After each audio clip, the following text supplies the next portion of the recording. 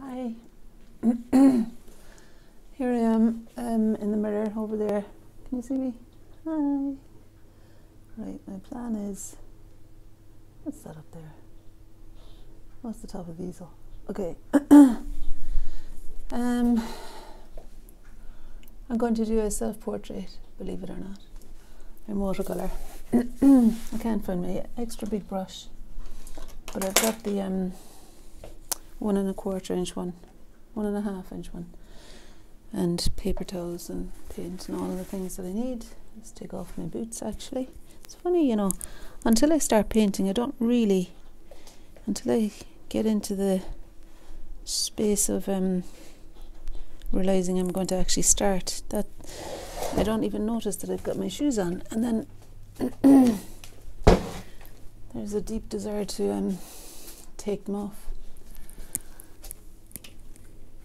Right, so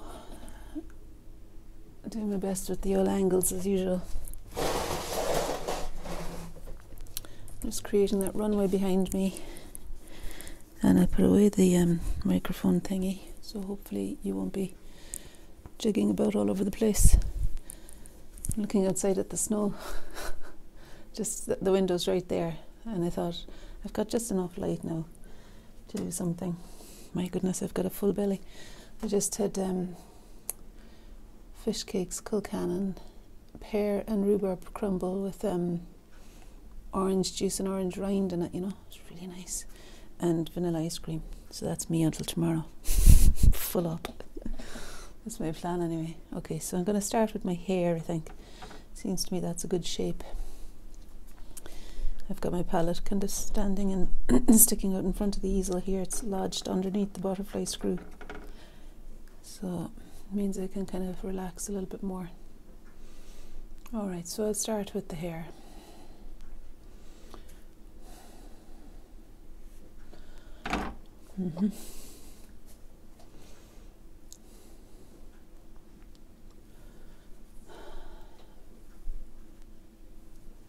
Gosh, it's really falling quite heavy now.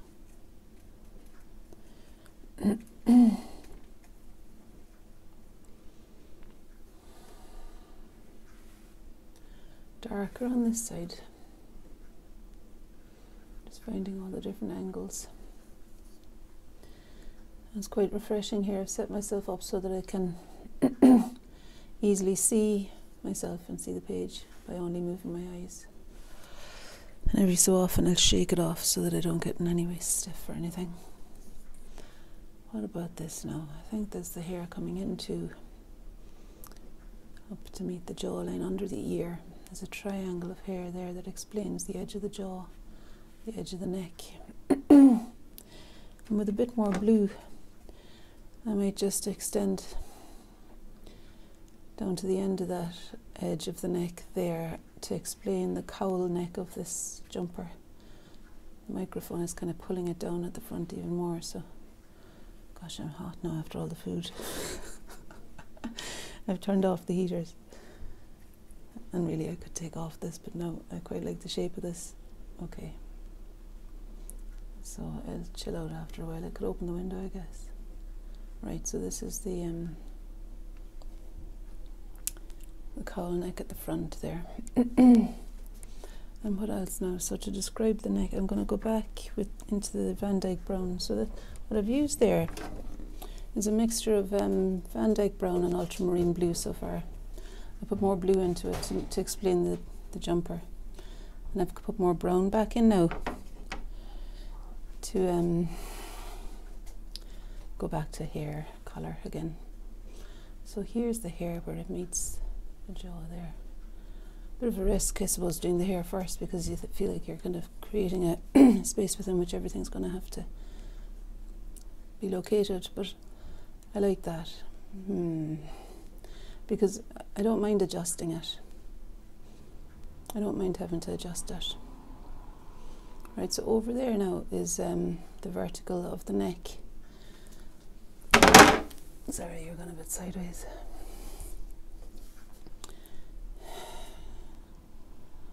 Yeah, so there's a straight line up to meet the hairline there. I think that's okay. I know it might look a bit wide, but let me just indicate whereabouts the chin might sit. I really am like really hot. Okay, I'll just open the window. The heater is right beside me here. Yeah, it does still look too wide, doesn't it, for the height? So I think it's to do with creating, I think I'll bring in the hairline on that side. Here's an example of all this adjusting business. But the way I'm looking at myself, I'm making my face almost square because I'm kind of lifting my chin up. Let's see how that would be now if that was to be hair there. And I'd say, now that I see it, there's a little bit of burnt sienna kind of ish hair colour there, where the window's hitting the hair a little bit, where the light from the window is coming onto the hair. And I want to do something because, you know, I've drawn myself now for a long time. There have been many adventures in front of the mirror with paint and my face, so I welcome any new energy into it in order to keep my inspiration ignited. Let me see, where will I go next?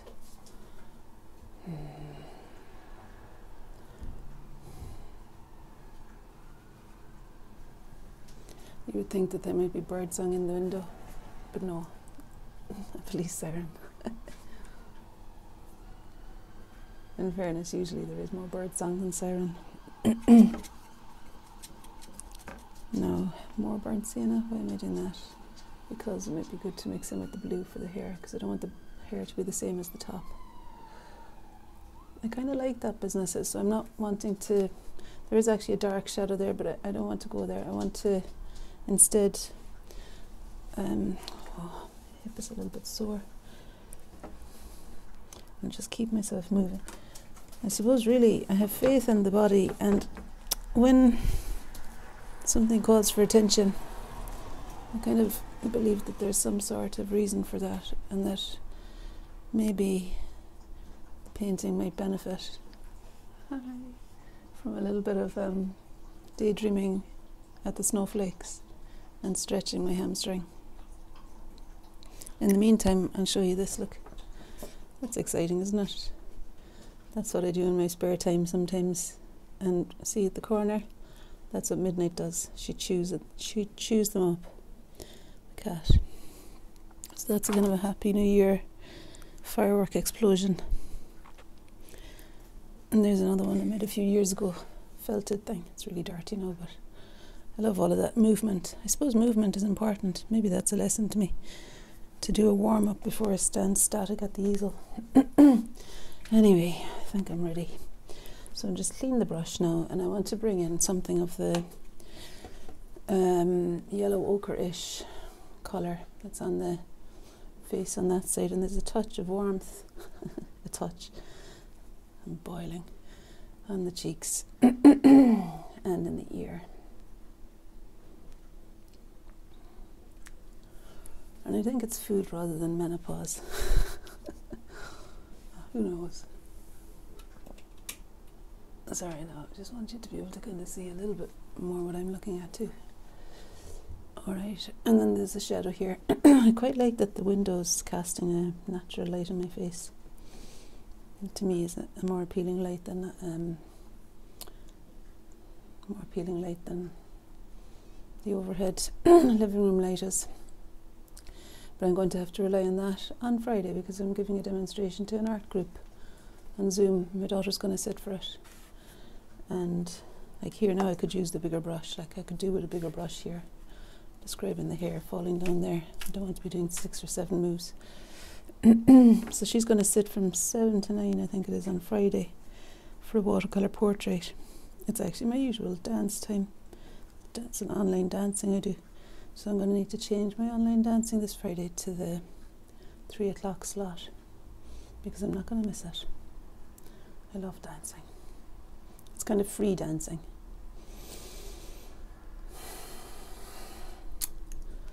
Now, next. Okay. I do want to establish the dark on that side. I hope I'm not messing things up here now by doing this. See, as soon as I get a bit tentative, like. But I did want to narrow that in a bit. And sure, for God's sake, we have to do stuff. Can't be reticent the whole time. There we are. Bit of ultramarine blue there. And maybe a spray, if the spray would work. Wouldn't that be exciting if the spray suddenly started to work for me? I'm going to put some water in it. This is controversial now because I really like this ink. But it's almost finished. And I think if I water it down, it might just work again. Ta-da. Come on.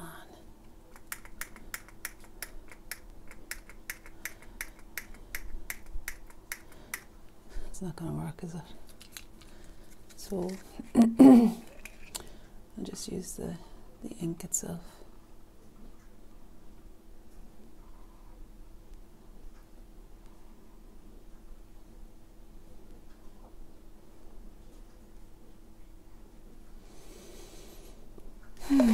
Right, what about the face? I'll use the slightly smaller 1 inch brush now. Is it separated? Slightly smaller 1 inch brush. Look, I'm not happy about that. It's separated. Why has that happened? Must be the way I put it away. Like as though it had something stuck in between it. It's a bit better.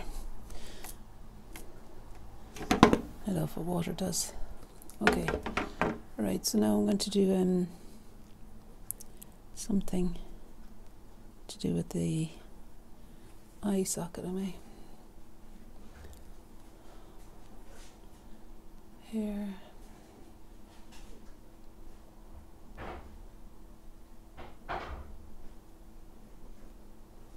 Shadow here. Maisie! You know, I think she's eating the cat's food. Hang on.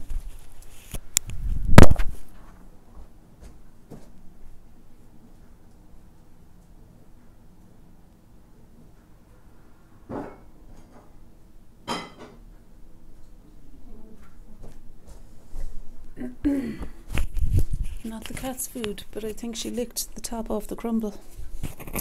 Imagine, what a disaster. The girls haven't had any yet. Okay. I was working on the eyebrow. The eyebrow there, so I'm pushing and lifting so the paint accumulates along the line of the eyebrow, and then there's the line that goes that way. If I do that with this side, I could hold it that way, and the other eyebrow. I'm turning my head back again because I know that I could see a little bit of my ear over here. That's helping me to know the turn of my head.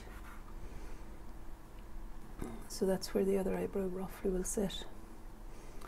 And then there's some sort of a thing happening for the shadows on that side of the nose. When you're painting the nose, you could have a look at the shape of the space on the other side of it. So the shape of the space between the bridge of the nose and the cheek. What kind of a shape is that? Is it longer than it is wide? And that'll help you then to know where to place the nose. And it's an important placement. The nose is important across the face. It helps you to locate the turn of the head. Now there is a kind of a quality here of I forget altogether what I was going to say there. Isn't that interesting? I sounded so sure as well. A bit more red in the ear.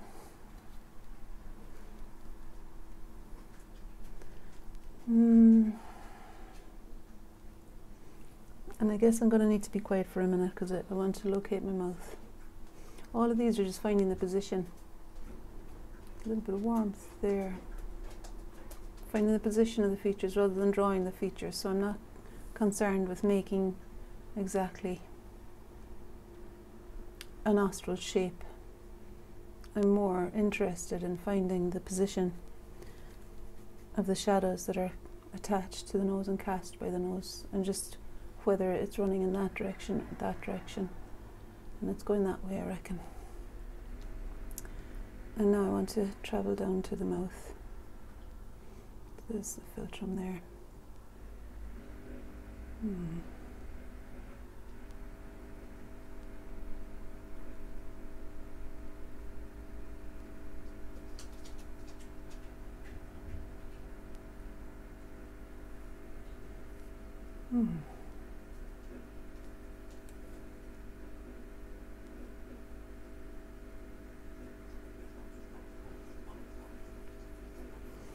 And then a bit of sap green in there.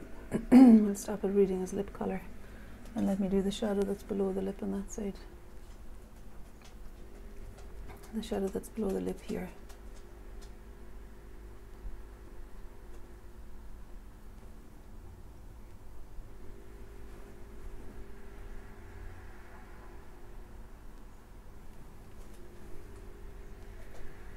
And there's a bit of a similar shadow there. And is that the trap muscle or something that goes up there?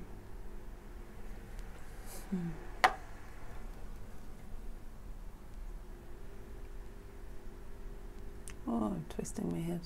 I need to remember that I could still see some of that ear.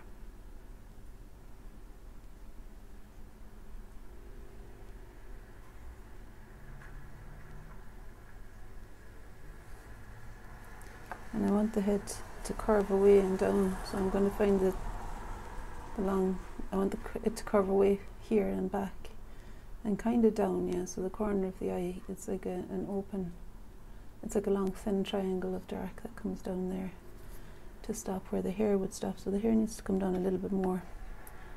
I have a habit of maybe slightly tilting my head more as I paint, but anyway, that's happened here, so I need the hair to come down a little bit further now. Maybe it can go up a little bit further here.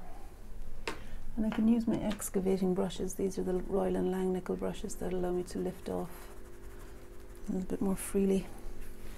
And I wouldn't be saying you have to obliterate every single thing. It's nice to have the evidence of the painting process right there on the page. The evidence of finding marks. What am I going to do next now?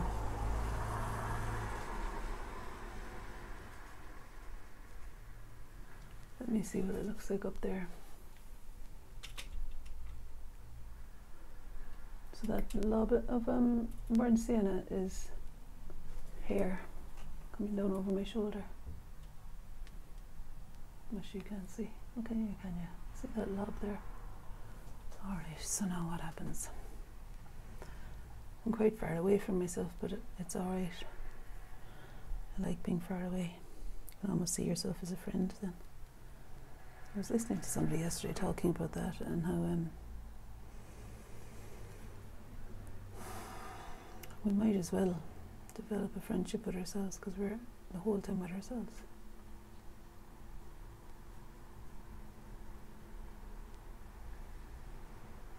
So that's kind of tipping over. This is bright cadmium orange I'm using to re-establish some structural carry-on.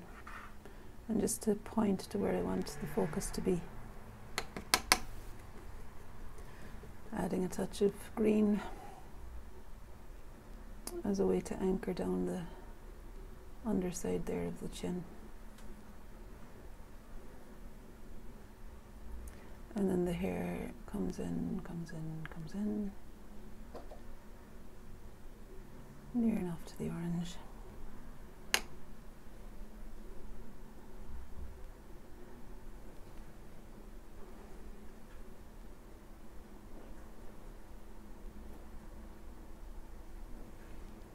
And it'll be dark underneath that ear as well.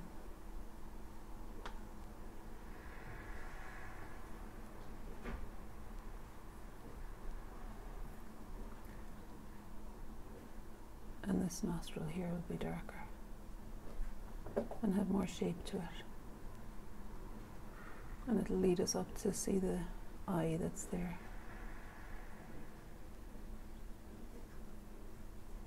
Looking at me. That iris. I've got a slightly smaller brush now because I'm looking at shorter lengths. I'm looking at describing the shorter length of the eyelash line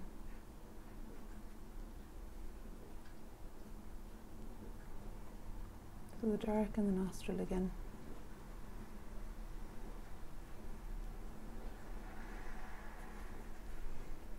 Maybe bringing that over a little bit. Where the eye is. And the eyebrow will move up a little.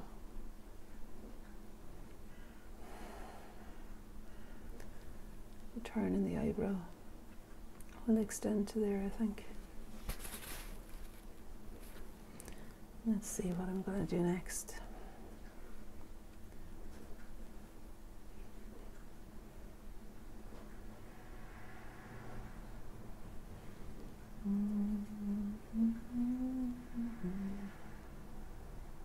I keep losing the ear, so I think I'm maybe painting myself at a couple of slightly wonky angles.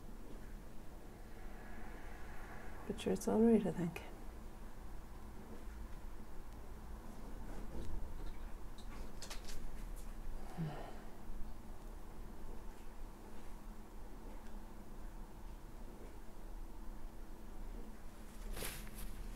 I'll wait for that to dry a little bit more before establishing the pupil.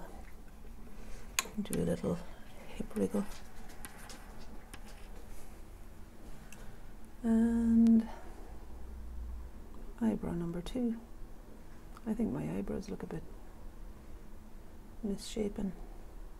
I don't mean just in my painting either.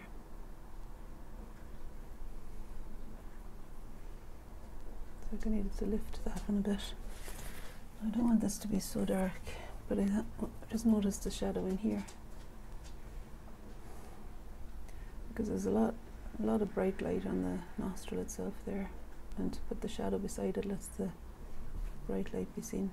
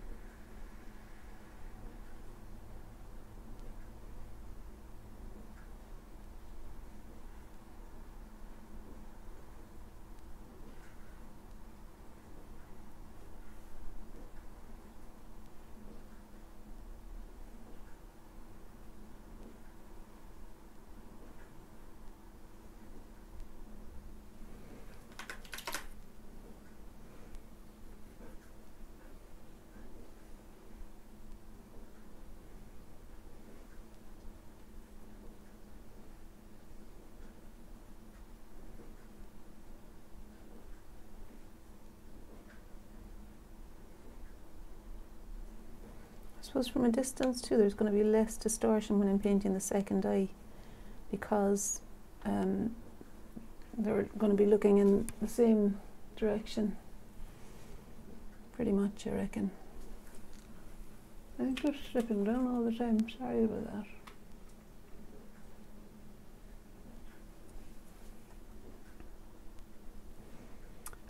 Yeah, so sometimes when you're close to the mirror, your eyes, if you're looking at this eye and then looking at that eye, your eyes end up too far apart. Whereas from back here, there's only a very tiny shift when I look from one eye to the other. So I think I'm going to be okay. So the other iris now is located to the left of the corner of the mouth, above that yellow patch.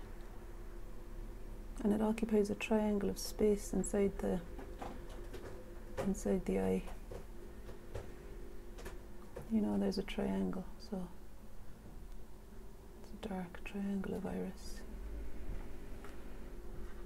And when it's dry, I can put in the pupil and establish a little bit more clearly the darks in there. And then the eyebrow wants to be drawn up even more. Does it? I think so.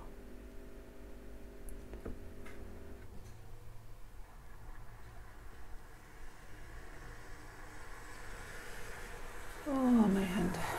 Not my hand, my arm. My arm is a bit fatigued. Something in me wants to put a splash of alizarin somewhere. without thinking about it.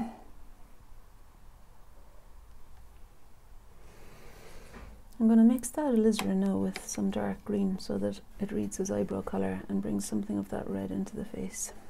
I want to deepen and clarify the position of the eyebrows and deepen their tone so that it's doubtless the direction and general shape there.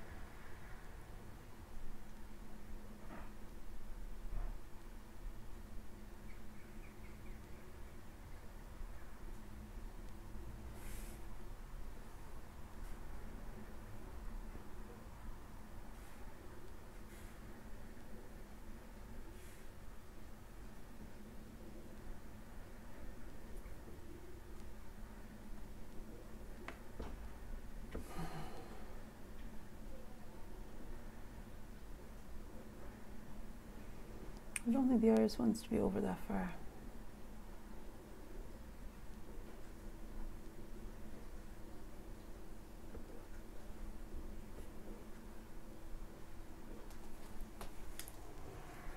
So that new colour, let me explain the new eyebrow a little bit more clearly.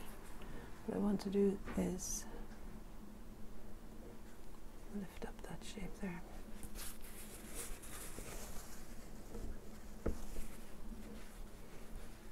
And I want to clear up the space between the eye and the eyebrow here. This is a nice clean skin there. It's like got light falling on it to explain the brow bone.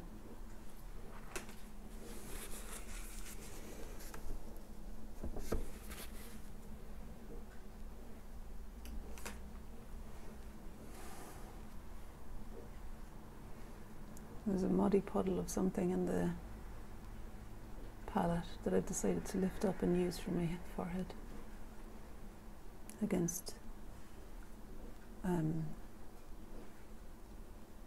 would say it's probably against the general advice of what to do when you're looking for a colour. But if the colour you're looking for is a kind of a brownish colour, sometimes that's exactly what accumulates after a few mixes in your palette. But yeah, better practice to mix fresh. I think in a way I'm kind of more open to celebrating the brownish stuff of life.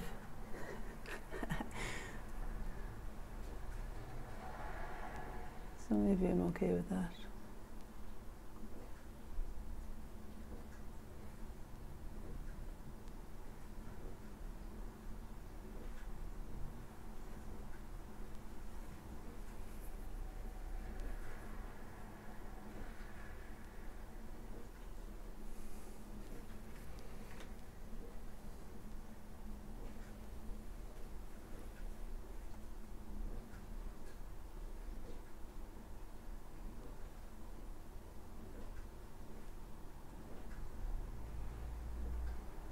A friend once said to me, morale is everything.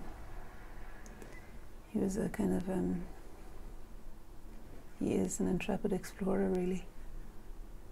He had done all sorts of tough physical challenges in the Amazon and the Sahara, and he said what he's discovered in the end is that morale is everything. And I think that too is what, like having read the book The Endurance, actually we connected over that book because we both remember the passage in it where Shackleton had to leave. Endurance is about Shackleton's voyage to the North Pole, was it? And they got stuck on Elephant Island anyway, the whole load of them. And they had no way off, so himself and his navigator headed off in a small rowboat. But that wasn't the worst of their adventure. Like they really, you know, they managed to navigate with the most crude tools in a small rowing boat their way back to Alaska, is it maybe?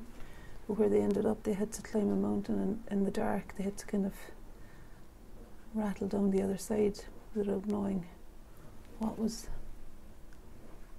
going to be underneath them. And they just took that leap of faith. Like he said, he wasn't leaving them behind. He wasn't leaving any of his men behind. That was something that he vowed never to do. And 2 years later he managed to get back for them. But it was that part that I remember most clearly was that complete and utter trust a benevolent force or something that would, maybe they didn't even think of that, but they just launched themselves down the side of the mountain because it was the quickest and only way they could really get there in the pitch darkness. On their bums off they went, the two of them, and somehow survived. But I'm sure there was something a little bit, I remember feeling the mystery. I remember being really tearful reading that passage and feeling something about the mystery of when we take just that step, that bold step. There's something about being met 100 times over by something, you know, something meets our courage, I reckon.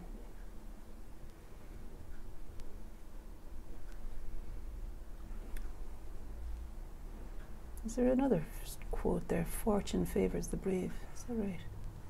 Anyway, I'm talking about that because I feel like in every move here there's almost like a leap of faith. You kind of need to, when you show up with a blank piece of paper, there needs to be an acknowledgement of staying the course kind of thing, and just being with what happens, free of judgment, with an openness that allows fresh marks to occur.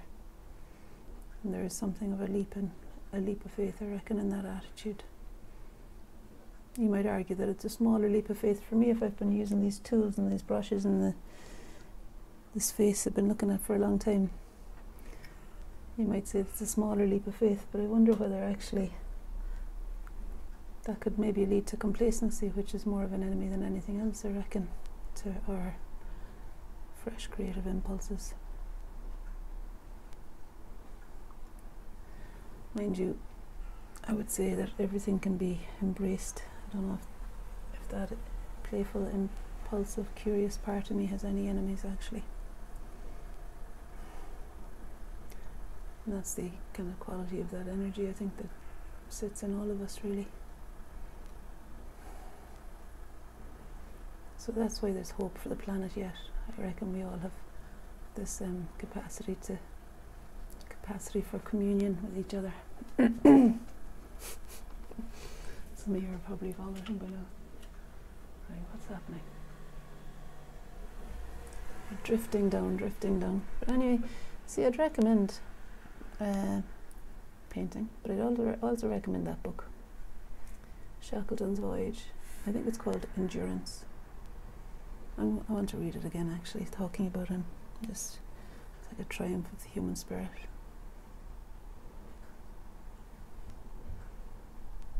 And the incredible things that we are capable of, really.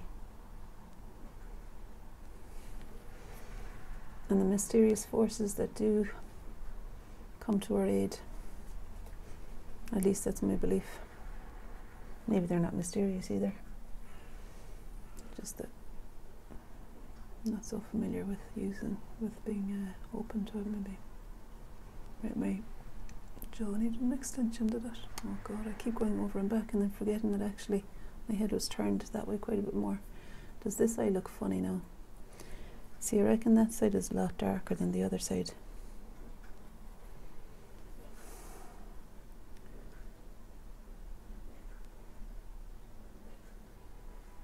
Because it's in shadow. And that eye, the white of the eye, like, doesn't need to be that big. What I could do there to decrease the volume of the white of the eye is I could shove down the eyelid. I could shove down that eyelash line, making it less distinct, as well as creating more space of skin between the eyebrow and the eye, and just subduing the corner of the eye a little bit, so that I get away with it being ambiguous, not so clear. Little rosy triangle of cheek there. Bit of a rosy swipe here too. Jeez, I'm skeptical enough looking at myself, aren't I? So there now is the brown and blue mix that I'm making in the palette there for a really dark. I want to keep it fairly dry, so I don't want to show you. Really quite a dark mix that I'm going to locate in a few spots around the face. Get my head back into position now. Let's see. So there's a turn in the head here. The hair stops going one way and starts going another way here. So that'll kind of outline the forehead direction a bit clearer there. And that same colour then I could use here again maybe to identify that little slight dip. I mean, that's too wet really to go right in there, so I'm just going to leave it for now. What I wanted to do was establish the dip before the cheekbone extends out here. Well, that's all right. And then eyebrow. So the very darkest bit of the eyebrow might reside there. And the very darkest bit of the iris then, you could almost say that there's like a cast shadow from the eyelash line down onto the iris.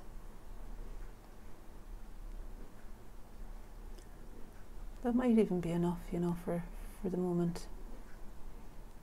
Gee, because I keep turning my head.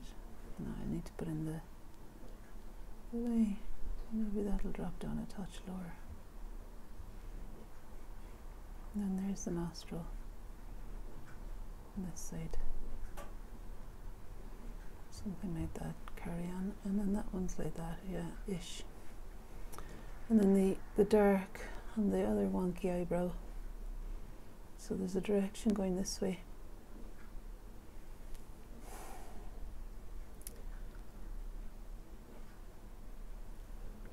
And then there's the upper eyelash line. And I'll drop down the pupil there now into that with the same, and just gather up some more of that dark colour.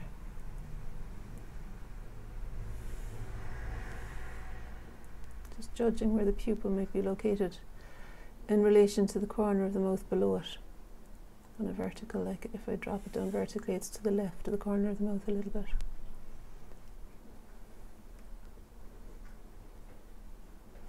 Depending on where my head is placid turned. I think the iris comes over that way a little bit more. Yeah, you see my chin is lifting higher and higher, I guess. And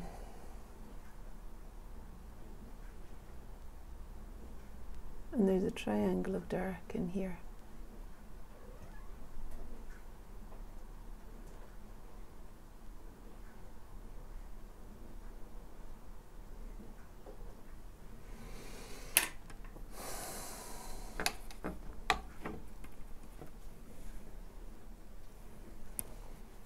That triangle of dark could be done with a wider brush so that I'm not having to steady my hand so much.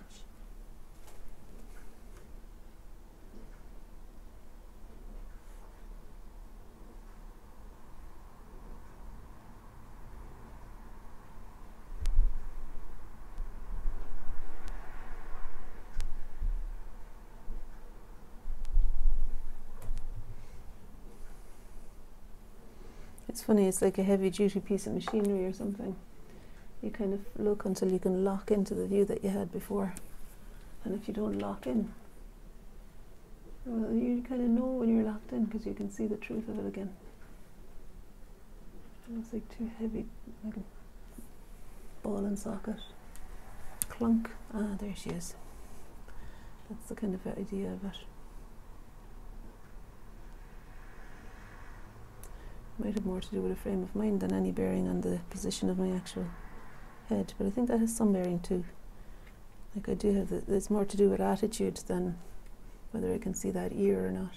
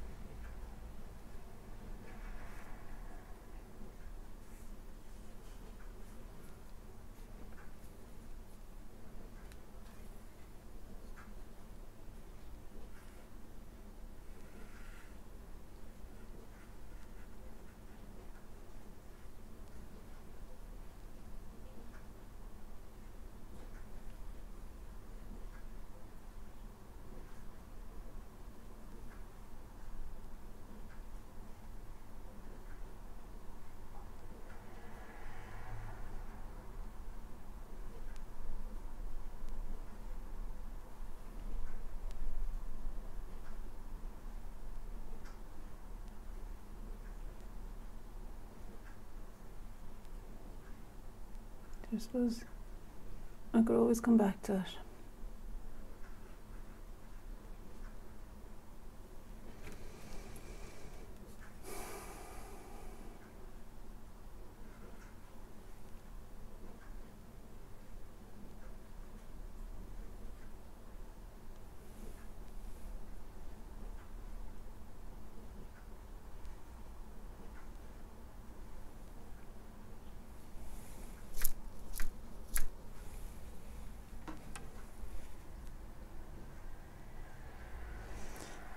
Oh, I did that.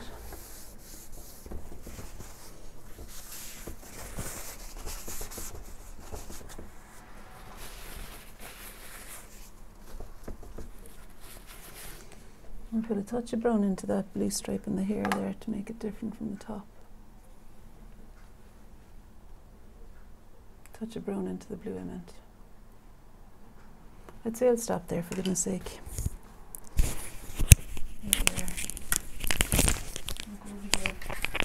I should leave the microphone. Sorry, I should leave the microphone on.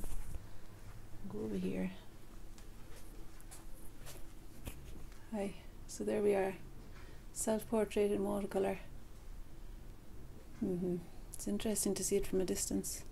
It would be good to take photos on your phone, you know, when you're working on anything, and look at the picture on your phone so that it looks as though you're seeing it from 30 yards away, and then you can see exactly what needs to be adjusted. You're seeing that at a bit of an angle there now, and I'm not sure of the proportions from that viewpoint, but I think they're okay when I was looking at it. Like the space between the eyes is looking too big there, but I think it might be alright when I straighten it up. Or maybe it won't, but sure, it is what it is. Yeah, could always adjust it another time.